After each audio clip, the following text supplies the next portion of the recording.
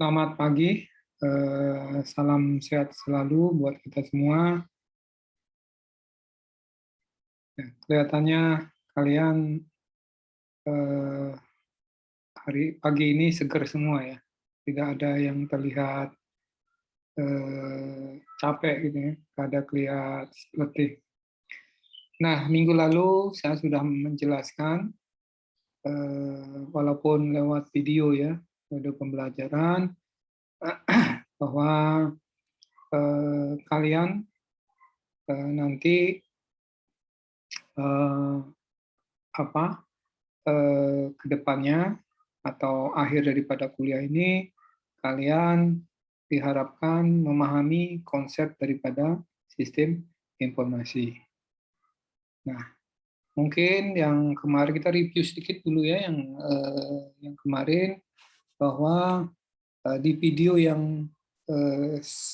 di video pembelajaran tersebut sudah diberikan intro ya, diberikan intro bagaimana peran daripada sistem informasi itu ya di bidang secara umum maupun di bidang penerbangan seperti itu ya. Nah, kita lanjutkan dengan materi yang berikutnya, yaitu materi yang kedua. Saya izin share screen. Nah, izin share screen. Nah, ini adalah materi materi yang pertama gitu ya, tentang konsep dasar sistem dan informasi. Nah,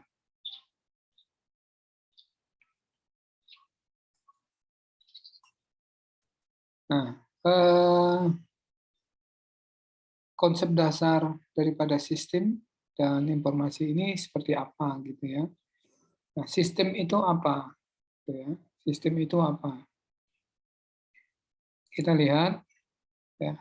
Nah, di materi yang pertama ini, di sini kompetensi dasarnya adalah di sini Taruna ya. Taruna mampu memahami sistem informasi berbasis komputer.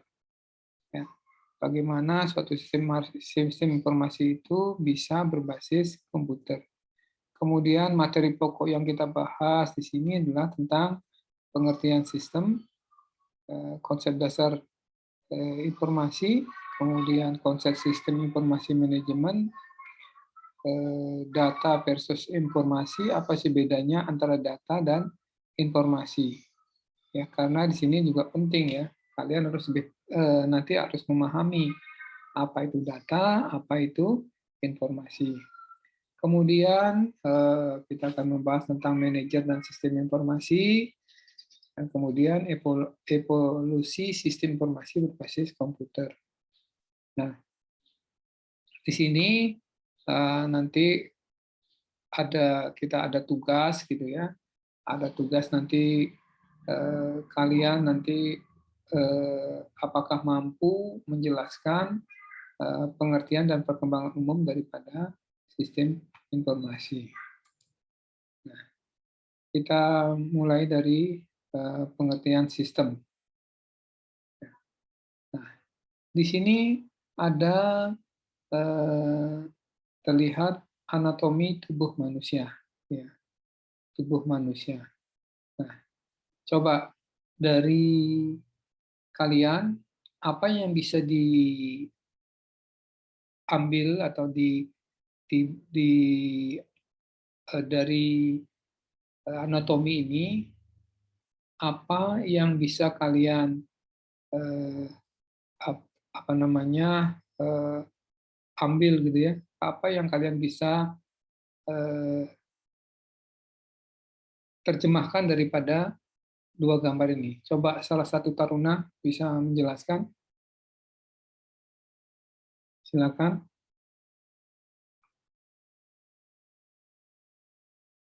Mohon izin menjawab, Pak. Salah satu taruna. Mohon izin, Taruna Aris Kristanto, Pak. Izin mungkin dari anatomi ini, Aris, Aris ya, Kristanto. mohon izin mungkin dari anatomi ini seperti Apa yang memperlihat kira-kira bisa Anda bayangkan? Apa yang eh, bisa kalian ambil, informasi apa yang kalian bisa ambil dari eh, apa namanya, dari dua gambar seperti ini nih. mungkin dari gambar ini kan terlihat ada beberapa yang ditunjuk Masih di seperti mute ya? izin Pak, sudah mohon izin, apakah suara saya terdengar? Ya, terdengar. Ya, izin melanjutkan. Jadi di gambar ini kan terlihat ada beberapa bagian-bagian yang ditunjuk. Mungkin itu sebagai perangkat-perangkat dari tubuh, dan pasti dari perangkat tersebut saling terhubung satu sama lain sehingga terjadi sebuah sebuah apa ya, sebuah hal yang sama, tujuan yang sama, seperti itu Pak intinya. Jadi seperti kumpulan dari perangkat yang memiliki tujuan dan fungsi yang sama. Seperti itu tanggapan saya Pak. Terima kasih. Ya, bahwa di sini terlihat adanya bagian-bagian dari anggota tubuh manusia. Ya, nah di sini ada eh, kepala, terus kemudian ada tangan dan ada kaki, gitu ya. Nah, tentunya dari bagian-bagian ini mempunyai fungsi-fungsi tersendiri, gitu ya. Nah, dari bagian-bagian ini mempunyai fungsi-fungsi tersendiri. Ya. Kepala mempunyai fungsi tersendiri, tangan juga mempunyai fungsi tersendiri, kaki juga mempunyai fungsi tersendiri. Nah, sehingga dari satu fungsi dengan fungsi yang lainnya, kalau menjadi satu, maka dia akan mendapatkan atau mencapai suatu tujuannya.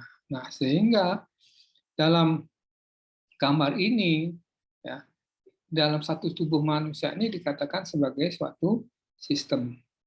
Nah, sehingga di dalam sistem itu ya, ada bagian-bagian, bagian kepala, bagian tangan, dan bagian kaki.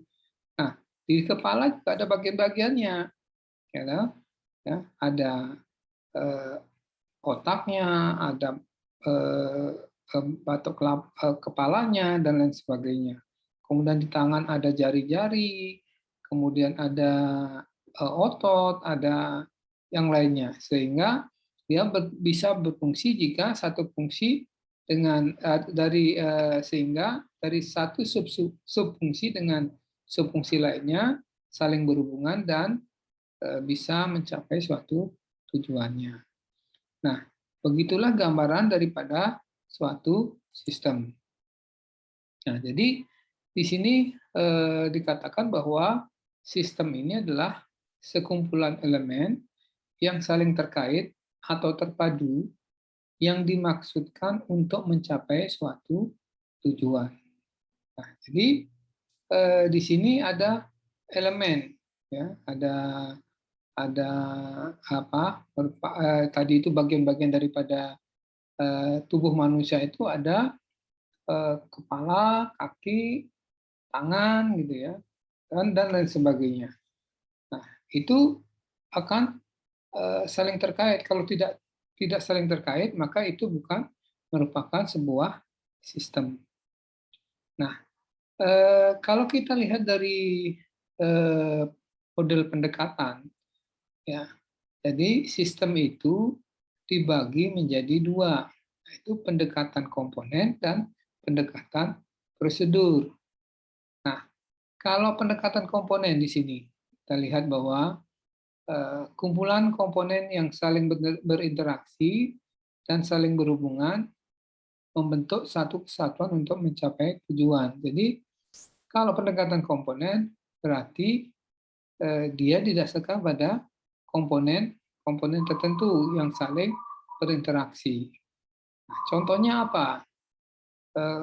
Tangan, ya, terdiri untuk mengambil, maka komponennya adalah apa? Yaitu ada lengan, ada jari, kemudian ada apa namanya sendi gitu ya. Nah, semua itu saling berhubungan sehingga fungsinya nanti bisa untuk mengambil begitu.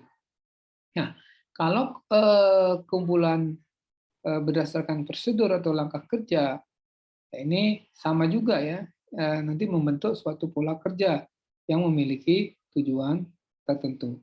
Nah, kira-kira di sini contohnya apa? Dari gambar tadi itu, contoh pendekatan prosedur itu seperti apa? Coba salah satu taruna, siapa? Tadi sudah, yang lainnya siapa? Kira-kira contohnya seperti apa?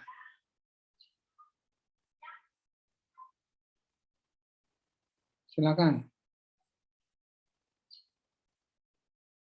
Kalau secara prosedur, ya.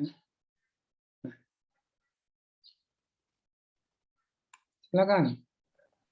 Mohon izin, Pak. Ya, Atas nama Alvin Alvaris. ya, Menurut saya contohnya pendekatan prosedur itu ketika sewaktu kita makan, Pak. Di mana tangan itu harus mengangkat seperti ini, memegang sendok, lalu menyendok makanan, lalu memasukkan ke mulut. Terima kasih, Pak. ya. Itu adalah berdasarkan prosedur. Nah, jadi ya kalau prosedurnya makan itu seperti apa, gitu ya. Nah, itu ada langkah-langkah untuk tadi misalkan Mas Alvin mengatakan kita mau makan. Nah, itu ada suatu fungsi, suatu sistem ya yang berdasarkan langkah kerjanya itu baru dia bisa melakukan suatu atau memiliki tujuan tertentu. Ya. Nah, kemudian elemen daripada kita menuju ke pengertian sistem, gitu ya. Nah, jadi sebelum ke sistem lebih lanjut, nah di sini ada elemen daripada sistem. Ya. Nah, tadi dikatakan bahwa sistem itu bisa berjalan apabila apa tadi? Nah, apabila satu apa namanya satu komponen dengan komponen yang lainnya saling berinteraksi atau saling berhubungan, ya, membentuk satu kesatuan untuk mencapai tujuan. Nah, sehingga di sini, ya, sehingga di sini ya, elemen daripada sistem itu akan terkait dengan suatu tujuan. Ya. Nah, sekarang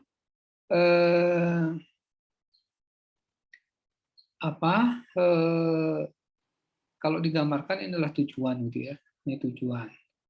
Nah, ini adalah tujuannya. Kalau kita gambarkan itu. Kemudian ada masukan. Nah, suatu sistem ya seperti tadi kalian lihat bahwa kalau dia berfungsi sebagai tangan untuk mengambil, maka pasti akan ada masukan di situ gitu ya. Pasti ada masukan. Nah, ini berarti di sini pasti ada masukan gitu ya. Di sini pasti ada suatu masukan di sini. Nah, kemudian ada keluaran, luaran. Nah, luaran ini berkaitan dengan tujuan. Ya. Luaran ini adalah terkait dengan tujuan nantinya, gitu ya. Nah, kemudian ada proses di sini. Ya, di sini ada proses. Ada proses. Ya. Nah, di sini nanti akan kita pelajari yang dikatakan masukan itu apa saja sih. Yang dikatakan luaran itu apa saja. Kemudian sini ada masukan, ya. Ini ada luaran. Nah, yang ini ada proses, ya. Ini proses. Nah, kalau yang ini yang mana? Ini yang mana? Di sini ada di sini. Ya. Ini ada apa? mekanisme suatu pengendali. Nah, di sini suatu sistem output daripada sistem ini, ya, outputnya ini bisa menjadi input, ya, menjadi input pada suatu sistem. Nah, ini dikatakan dengan suatu mekanisme pengendali yang di sini termasuk juga untuk umpan balik. Ini sebagai umpan balik. Nah, sekarang yang dikatakan input itu apa, output itu apa, nanti kita lebih lanjutnya. Nah, sekarang kita bahas dulu subsistem, sistem, dan supersistem. Di sini ada supersistem. Supersistem itu adalah sistem yang paling paling tinggi gitu ya. Nah, kemudian ada sistem, ya, ada subsistem, dan ada sub dari sistem. Ini harusnya gini ya. Nah, ini ada sub dari sistem. Berarti dalam supersistem ada sebuah sistem, dan di dalam sebuah sistem ada subsistem. Ya, kalau kita gambarkan ini kan dalam bentuk apa? Tree gitu ya, dalam bentuk tree. Ini ada sistem, kemudian dari sistem supersistem ada sistem-sistem, ya, ada sistem ini sistem 1, sistem 2, sistem 3. Di dalam sistem ini ada subsistem, ya. Nah, di dalam subsistem ada yang disebut dengan sub-subsistem. Nah, kemudian kalau kita gambarkan ya, di sini subsistem ini adalah dikatakan bahwa sebuah sistem umumnya tersusun atas sejumlah sistem-sistem yang lebih kecil. Kemudian ini sistem yang berada dalam sebuah sistem disebut dengan subsistem. Ini ada sistem, ya, ini ada sistem. Di bawahnya adalah subsistem atau ini subsistem.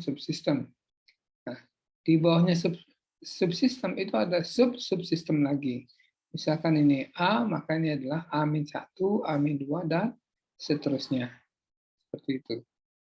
Nah, nanti contohnya seperti apa?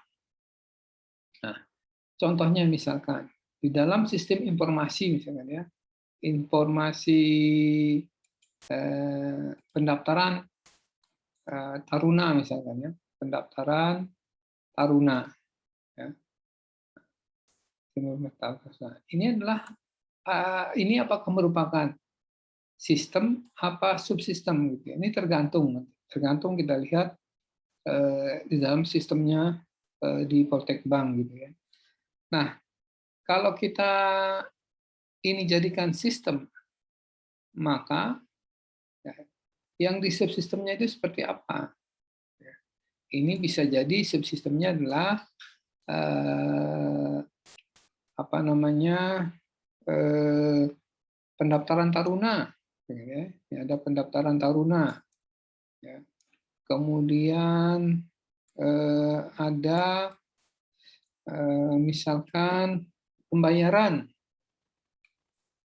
sini ada pembayaran misalnya, ya.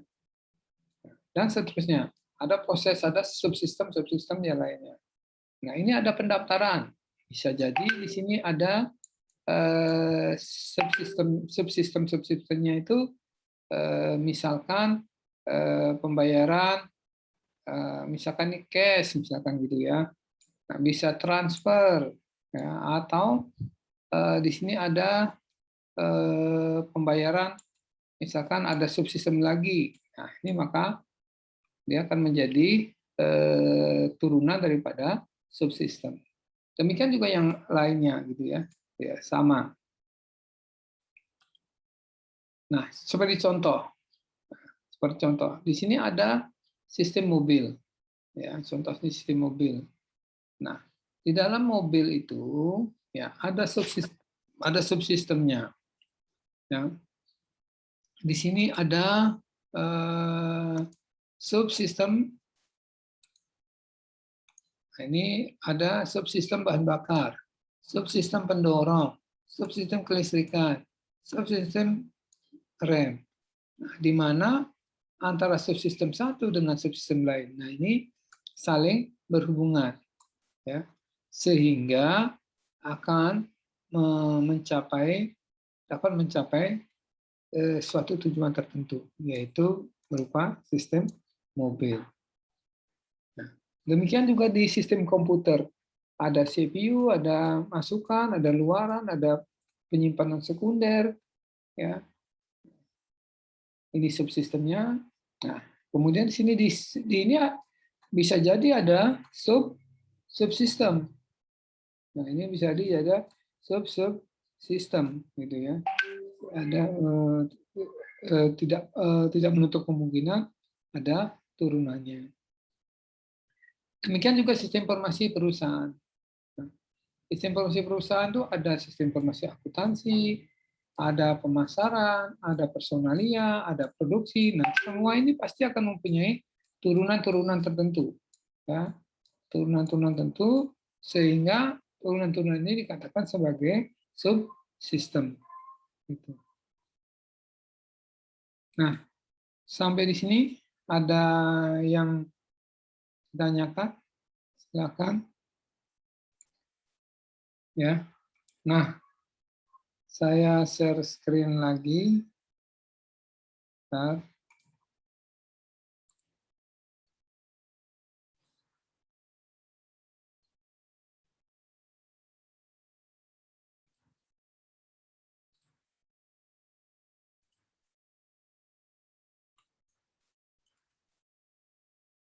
Ya. Nah, sampai sini paham ya. Nah, kemudian, nah, ini contoh daripada super system. Ya. Ini ada super system. Ya. Jika suatu sistem menjadi bagian dari sistem yang lebih besar, maka sistem yang lebih besar tersebut dikenal sebagai super system. Contohnya ini. Ya. Ini adalah pemerintah pusat. Pemerintah pusat ini adalah super system daripada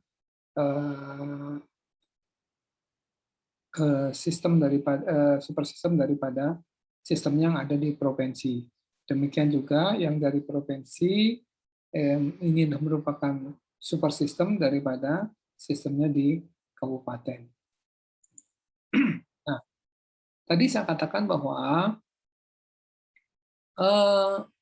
di dalam suatu sistem, gitu ya, dalam suatu sistem di sini ada yang disebut dengan masukan, ada keluaran, ada yang namanya proses di sini. Kan dari tadi gitu ya. Jadi ada 3. Ya, di sini ada 3, pasti ada masuk. Suatu sistem itu pasti ada masukan, ada proses, dan pasti ada keluaran. Nah, kalau tidak seperti itu, maka itu adalah bukan merupakan suatu sistem. Nah, di dalam proses ini, ada namanya subsistem. Ya. Subsistem 1, ini ada subsistem 2, subsistem 3, subsistem 4. Nah, antara satu subsistem dengan subsistem lain, ini akan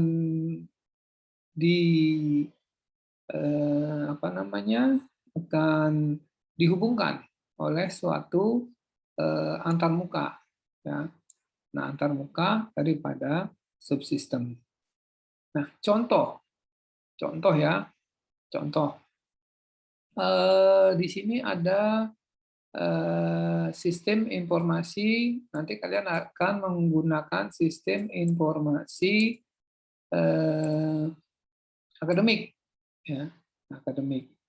Nah, di dalam sistem informasi akademik itu ini sistem ya, ini sistem. Nah, di sistem itu ada subsistemnya, ya. Subsistemnya itu antara lain di sini ada sistem nilai, ya, sistem nilai, kemudian sistem ujian, ya, kemudian ini bisa jadi ini sistem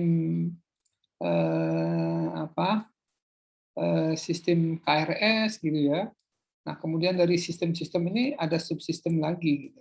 Nah, apa yang menghubungkan ini? Yaitu antarmuka. Nah, contoh antarmuka itu seperti apa? Tampilan, ya. Tampilan daripada suatu sistem. Misalkan kalian mendaftar menjadi pendaftaran pada saat pendaftaran Taruna kan ada antarmuka di situ ya, ada tampilan. Ya, tampilan itu yang kalian isi, kemudian kalian submit. Nah, itu akan masuk dalam satu kesatuan sistem. Gitu. Ya, jadi ini antarmuka. Jadi satu subsistem dengan subsistem yang lain ini akan saling berhubungan seperti itu. Nah,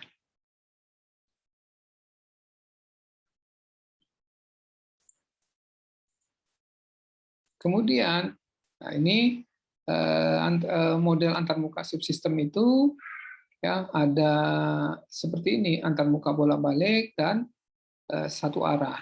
Nah, kalau satu arah itu kalian mendaftar gitu ya. Misalkan kalian daftar di sini, ya mendaftar di tampilan, kemudian sudah mengisi datanya, kemudian di submit gitu ya. Masuklah ke database, sudah berhenti, kalian tidak mendapatkan sesuatu. Tetapi kalau di sini kalian submit, kemudian di situ kalian apa namanya, misalkan sini print gitu ya, print dalam bentuk PDF. Nah, maka data yang sudah kalian submit itu akan dikembalikan lagi, gitu ya. Nah, ini yang disebut dengan antarmuka secara bolak-balik.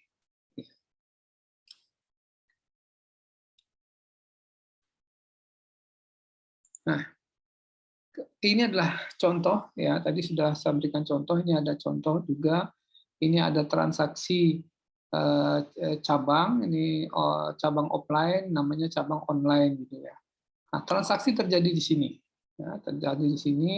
Kemudian pemasukan data transaksinya disimpan dalam satu database lokal, kemudian dikirimkan juga dalam bentuk transaksi baru. Ya.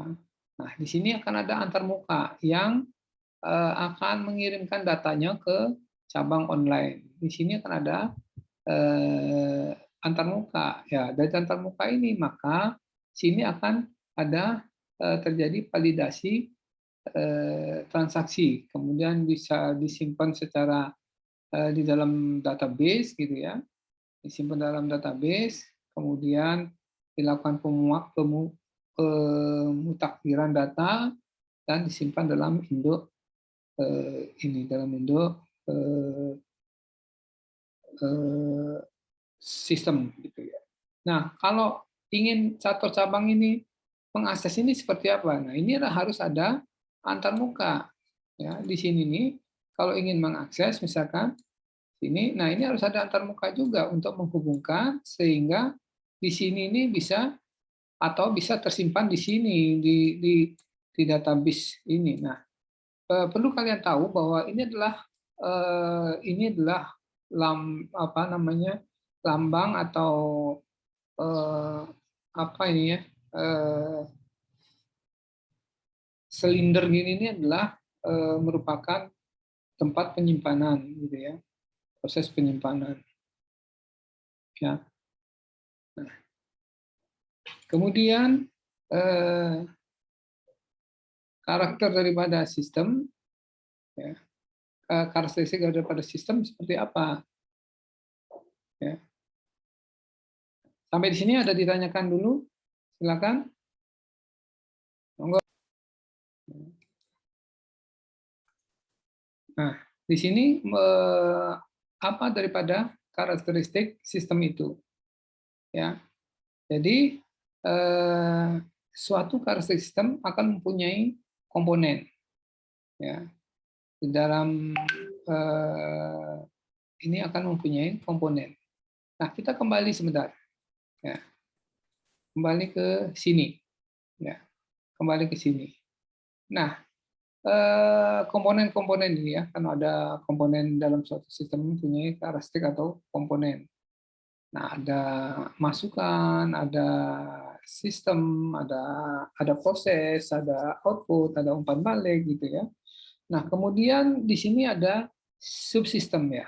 Ini ada subsistem. Nah, di dalam subsistem ini ya, di dalam subsistem ini ada sistem yang kecil-kecil lagi di sini. Ya. Nah, kecil-kecil ini. Nah, ini ada yang kecil-kecil. Ya.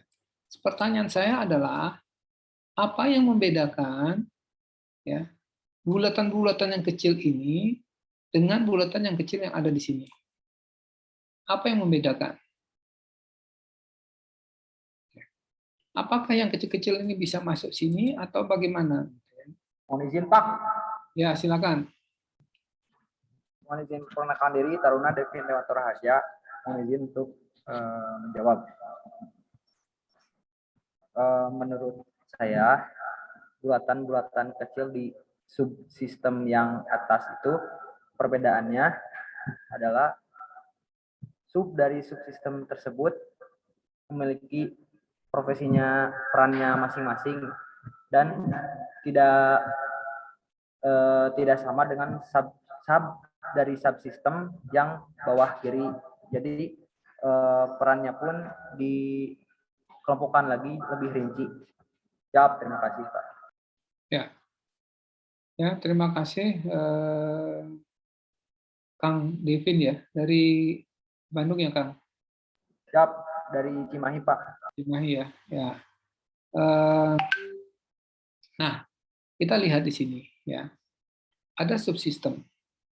Ini ada apa di sini nih? Nah, ini dibatasi ya. Ini juga dibatasi. Ini ada batasannya, gitu. Ini ada batasannya. Yang besar ini juga ada batasannya. Ya. Nah, sehingga yang tadi saya katakan, yang saya tanyakan tadi, yang kecil-kecil ini, itu hanya ada di subsistem ini saja. Ya. Sebenarnya ini adalah suatu sistem, subsistem yang berbeda gitu ya. Nah, makanya dalam suatu sistem ini sistem gitu ya, maka ada yang namanya bundre, ya. Ada namanya bundre. Nah, di sini ada disebut dengan batas sistem. Ya. Nah, ini ada disebut dengan batas sistem, sistem. Ya, jadi satu sistem itu pasti ada batasannya. Tidak mungkin sistem informasi perpustakaan gitu ya. Itu batasannya pasti ada satu batasan. Ya, tidak mungkin akan melebihi dari batasan tersebut. Gitu ya. Nah, kemudian ada lingkungan luar dari satu sistem. Ya. Nah, lingkungan luar ini seperti apa lingkungan luar itu? Ya. Jadi di sini ada lingkungan luar di sini, di dalam suatu sistem itu ada lingkungan luar. Nah, contohnya begini. Ada sistem informasi pendaftaran taruna. Ya. Nah, kemudian sistem informasi pendaftaran taruna ini akan bisa bekerja apabila ada ada lingkungan luar yang mempengaruhi. Contohnya apa? Kalian itu adalah sebagai pada saat mendaftar menjadi taruna, kalian itu adalah merupakan lingkungan luar sistem. Nah, itu apa? Yaitu calon taruna. Nah, calon taruna itu merupakan lingkungan luar dari sistem, karena kalau tidak ada kalau tidak ada taruna yang mendaftar, maka sistem itu tidak akan berfungsi secara secara mestinya gitu ya. Nah, kemudian ada tadi dikatakan ada interface ya. Ada interface. Kemudian ada masukan daripada sistem input. Nah, masukan ini berupa apa? Nanti akan kita bahas. Ya, tapi saya di sini akan bahas sedikit. Masukan ini berupa apa? Nah, di sinilah disebut dengan data. Di sini ada data, gitu ya. Nah, data-data inilah merupakan masukan daripada suatu sistem. Nah, outputnya berupa apa? Yaitu outputnya adalah berupa informasi. Bagaimana informasi didapat? Yaitu dengan adanya pengolah suatu sistem. Nah, pengolah daripada suatu sistem atau ada proses di situ. Dan tentunya ada luaran sasaran daripada sistem, karena tujuan sana sistem itu harus mempunyai tujuan ya untuk mencapai suatu tujuan, kan begitu tadi. Nah ini gambarannya. Nah, sehingga karakteristik sistem kalau kita lihat ini ada batas sistem. Kemudian ada input sistem, ada proses, ada output, ada umpan balik, pengendali, dan ada sasaran. Gitu.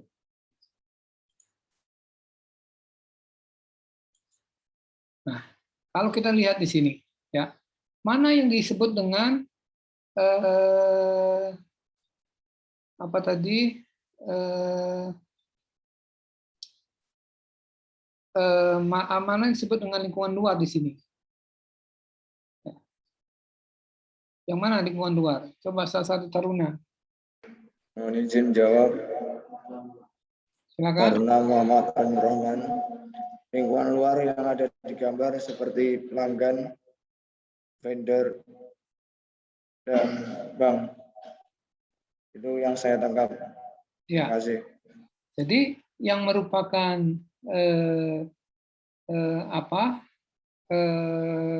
lingkungan luar adalah vendor, pelanggan, bank, pesaing, pemilik, pemerintah, dan lain sebagainya.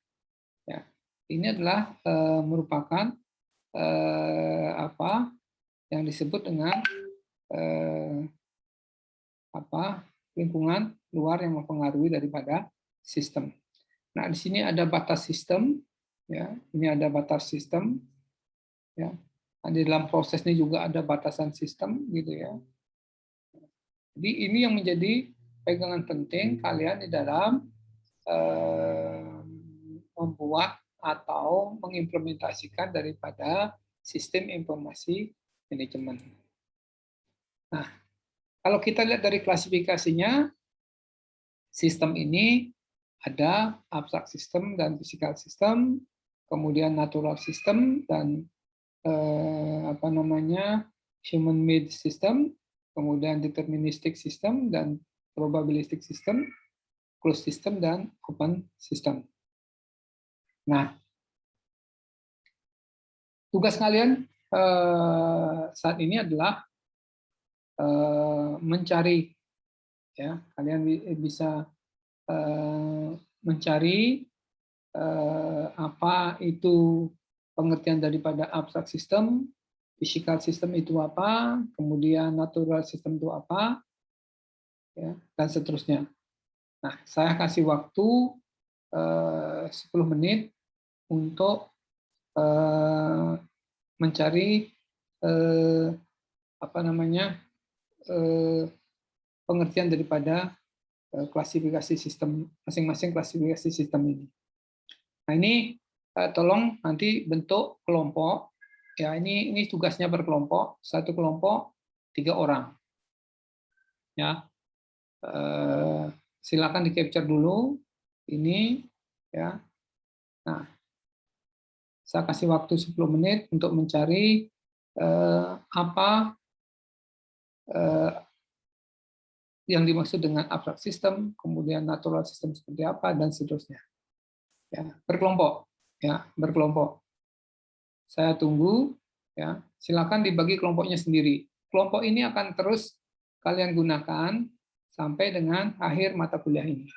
Ya, silakan dibagi dulu kelompoknya. Nanti kalau sudah siap, kalian bisa manggil saya.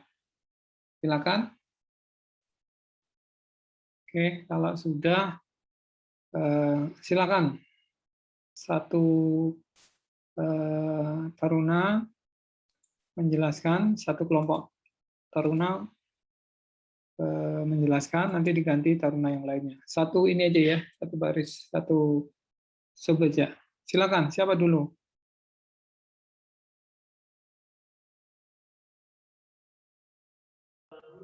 Nabila dulu aja. Kelompoknya Nabila dulu. Silakan. Ya, Bapak. Mohon izin menjawab, Bapak. Ya, silakan. Yang pertama, abstrak sistem. Sistem yang berisi gagasan dan berupa pemikiran atau ide-ide yang tidak tampak secara fisik. Contohnya seperti sistem teologi yang berisi gagasan tentang hubungan manusia dan Tuhan. Yang kedua, physical system adalah sistem yang secara fisik dapat dilihat. Contohnya sistem komputer dan sistem transportasi. Mohon izin untuk yang selanjutnya, natural system. Pengertiannya sistem yang terjadi secara alamiah tanpa campur tangan manusia. Contohnya sistem tata surya. Yang ketiga, human made system, yaitu sistem yang dibuat manusia, contohnya sistem komputer. Yang ketiga, deterministic cukup dulu. system. Cukup dulu. Kita bahas satu-satu. Tadi yaitu tentang abstrak system. Ya. Jadi apa tadi penjelasan tentang abstrak system? Mohon izin, Pak. Abstrak system adalah suatu sistem yang berisi gagasan dan berupa pemikiran atau ide-ide yang tidak tampak secara fisik. Ya, contohnya apa tadi? Contohnya sistem teologi yang berisi gagasan tentang hubungan manusia dan Tuhan. Oke. Jadi secara umum, ya gitu ya, secara umum klasifikasi sistem itu ya ada namanya sistem abstrak dan ada physical sistem namanya abstrak gitu ya. Abstrak kita tidak bisa membayangkan antara misalkan tadi adalah teologi antara Tuhan dengan kita. Nah, kita hanya bisa apa ya? Jadi kita hanya bisa tidak bisa melihat bentuknya gitu. Sedangkan kalau fisikal itu adalah sistem yang secara fisik gitu ya, secara fisik ada gitu ya. Nah, kemudian natural system apa itu? Silakan Taruna. Mohon izin untuk natural system, definisinya sistem yang terjadi secara alamiah tanpa campur tangan manusia. Contohnya sistem tata surya. Nah, jadi beda dengan sistem apa namanya human made system. Jadi sistem buatan manusia atau sistem yang jadi secara alam gitu ya. Nah, lanjut. Ganti aja, ganti kelompok yang lain. Kelompok yang lain.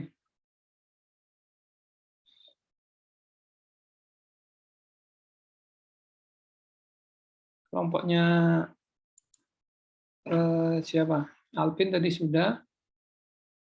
Kelompoknya Syahril. Silakan di bawahnya lanjut dengan deterministic system dengan probabilistic system.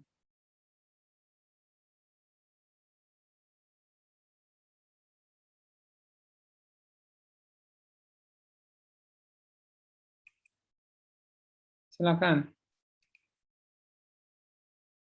Kelompoknya Syahril.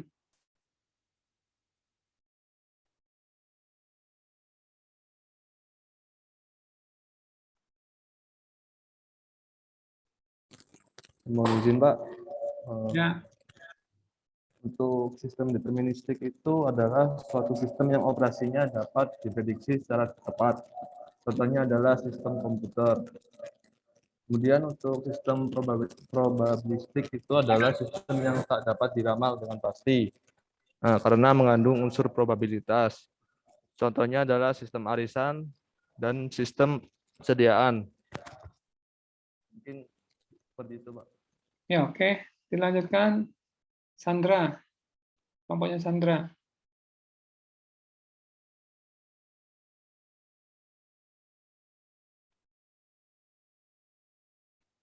Dibuka dulu mic-nya. Oke, Sandra ya. Silakan.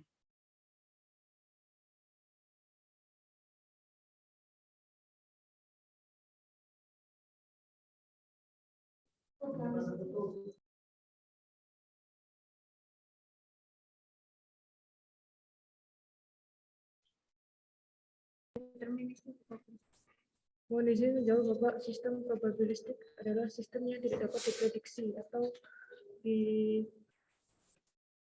dengan pasti karena mengandung unsur probabilitas atau kemungkinan-kemungkinan yang akan terjadi di masa depan.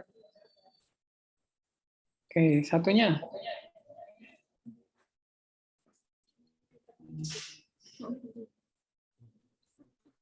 Sistem closed system dengan open system.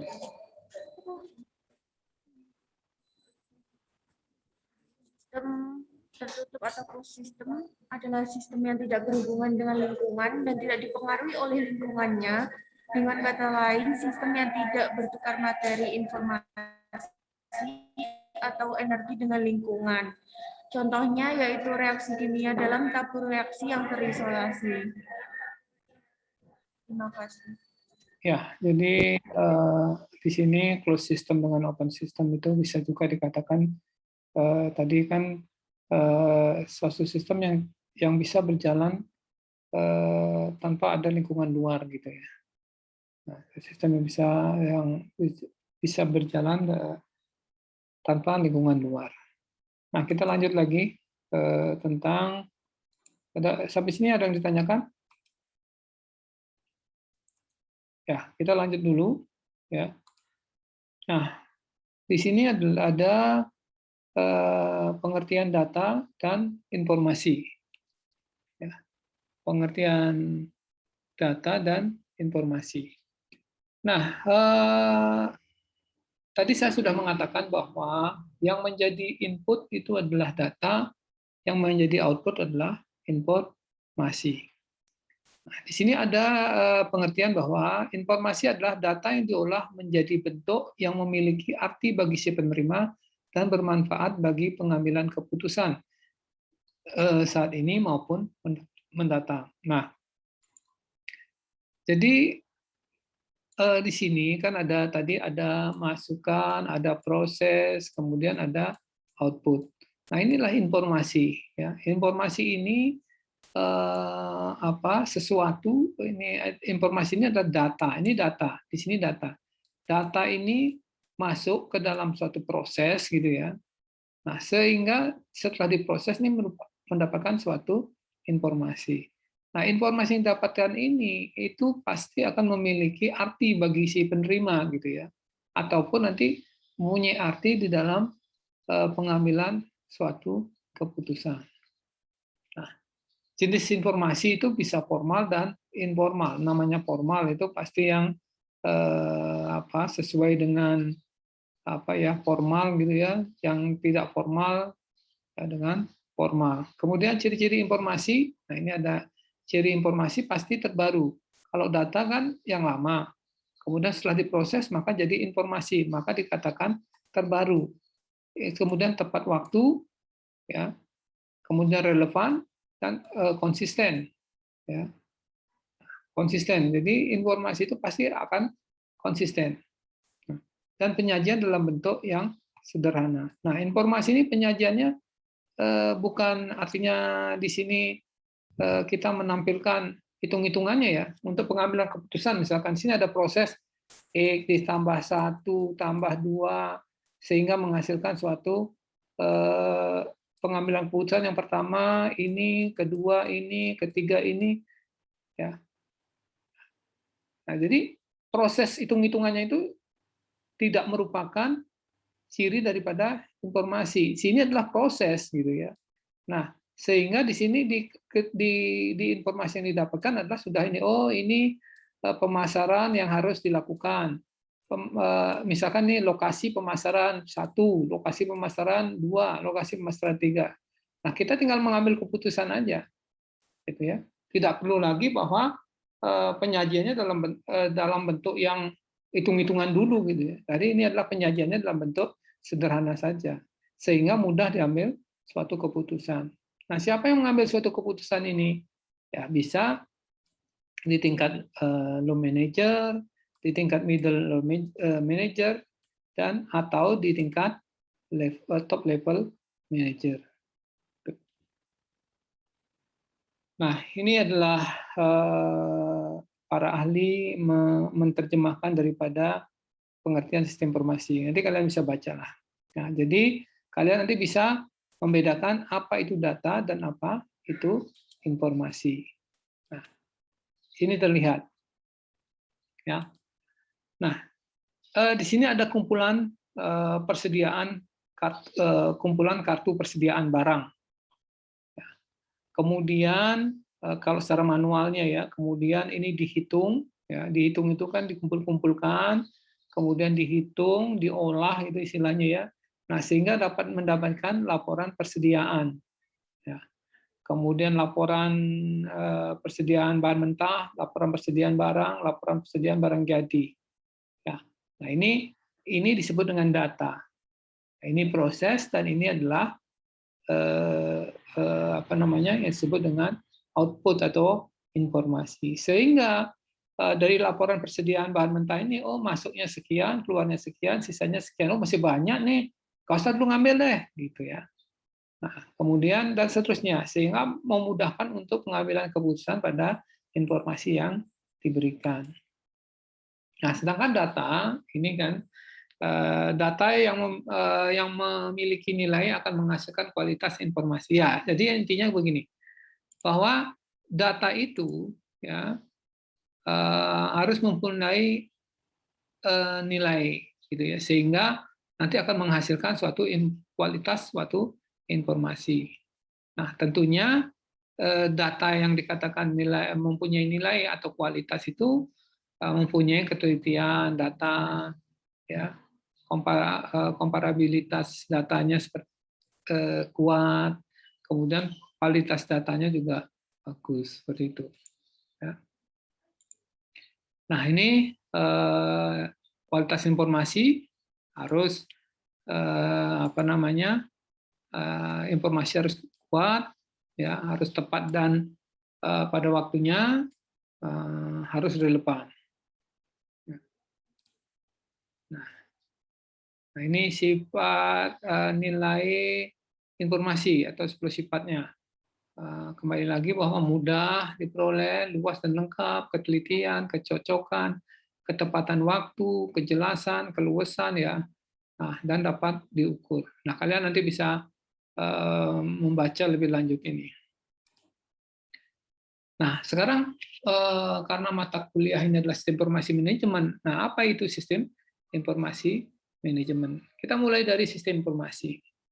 Ya, jadi sistem informasi ini adalah suatu sistem di dalam suatu organisasi, yang mempertemukan kebutuhan pengolahan transaksi harian, mendukung operasi bersifat manajerial dan kegiatan strategi dari suatu organisasi, dan menyediakan pihak luar tertentu dengan laporan yang diperlukan.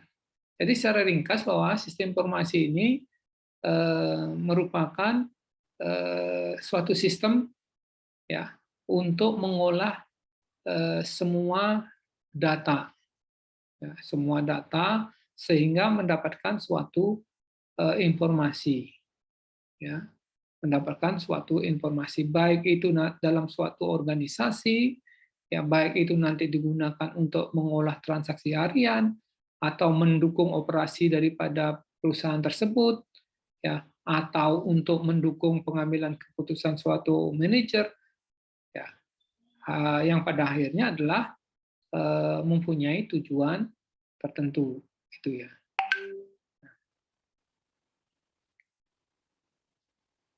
Nah, ini intinya seperti itu. Ya. Nah, sistem ini bisa menyimpan, mengambil, mengubah, mengolah, mengkomunikasikan informasi, terima, menggunakan.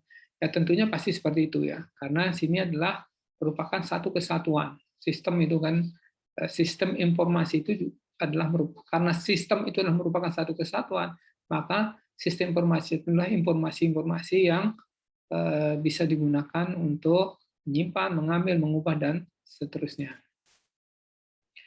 Nah, sedangkan sistem informasi manajemen sama saja ya. Di sini ada blok masukan, model blok, dan blok masukan, blok model. Ya. Jadi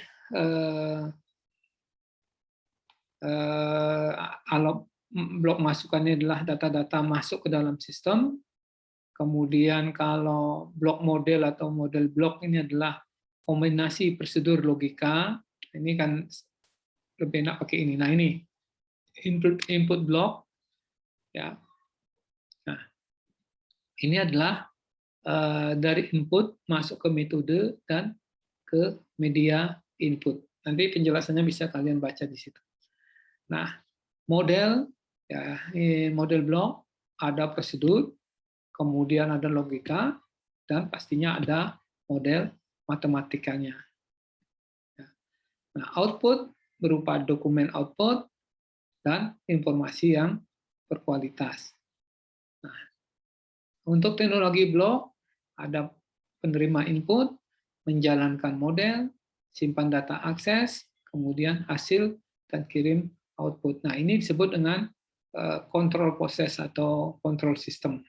Ya, teknologi blok itu sama juga disebut dengan control system. Ini database tentunya dalam satu sistem informasi tidak terlepas dengan database. Nah, database-nya akan berhubungan dengan hardware maupun software. Nah, karena hardware itu ke mana? Yaitu untuk simpanan datanya. Software itu apa? Yaitu untuk menghubungkan atau interface antara satu subsistem dengan sistem yang lainnya. Nah, ini sistem kendali. Ya. Jadi dalam bisnis, suatu sistem informasi manajemen itu akan mendukung proses dan operasi bisnis, mendukung pengambilan keputusan para pegawai dan manajernya, mendukung berbagai strategi untuk keunggulan kompetitif. Nah, ini sudah tadi, ya, ada input, proses, output, dan ini aja udah kalian ingat. Kalau mengingat sistem pasti ingat, pasti ini saja yang dibolak-balik. Ya, ini perangkat daripada sistem informasi, ya, ada hardware, software, firmware, data, prosedur, ya. Kemudian tadi sudah ini ya. Nah, ini pengertian SIM. Jadi kalau SIM itu sistem informasi manajemen itu didefinisikan sebagai suatu sistem berbasis komputer yang menyediakan informasi bagi beberapa pemakai dengan kebutuhan yang serupa. Informasi itu tersedia dalam bentuk laporan periodik, laporan khusus, dan seterusnya. Ini adalah definisi daripada sistem informasi manajemen.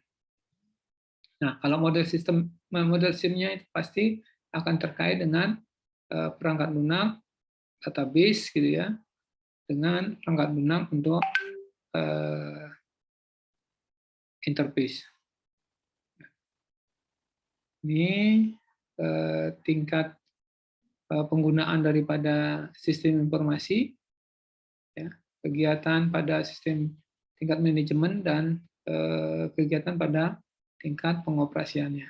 Nah, ini di sini ya terlihat bahwa di dalam kegiatan tingkat pengoperasian ini ya sangat penting data-data yang diinputkan di sini sangat penting untuk kegiatan di tingkat manajemen.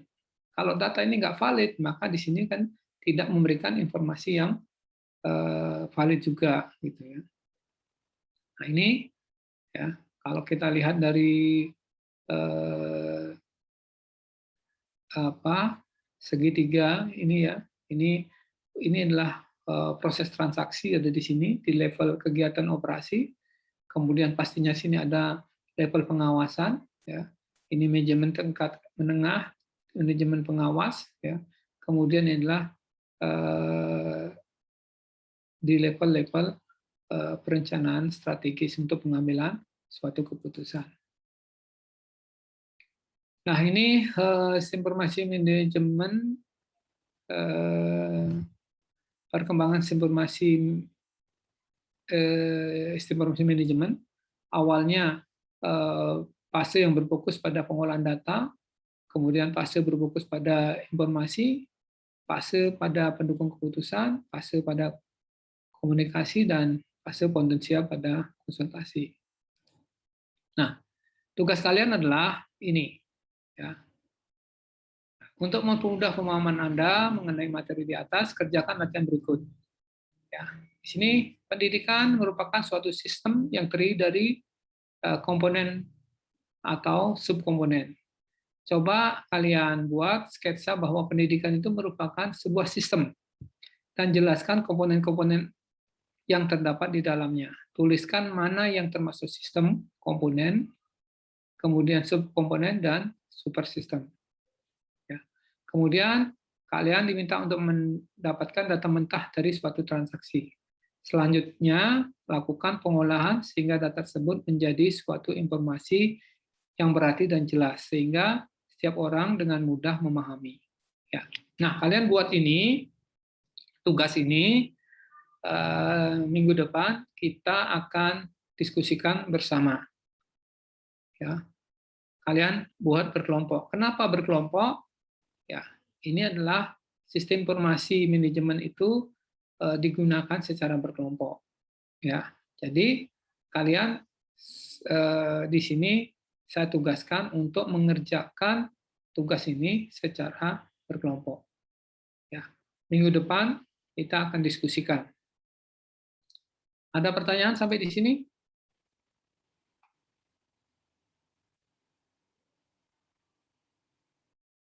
Ada pertanyaan?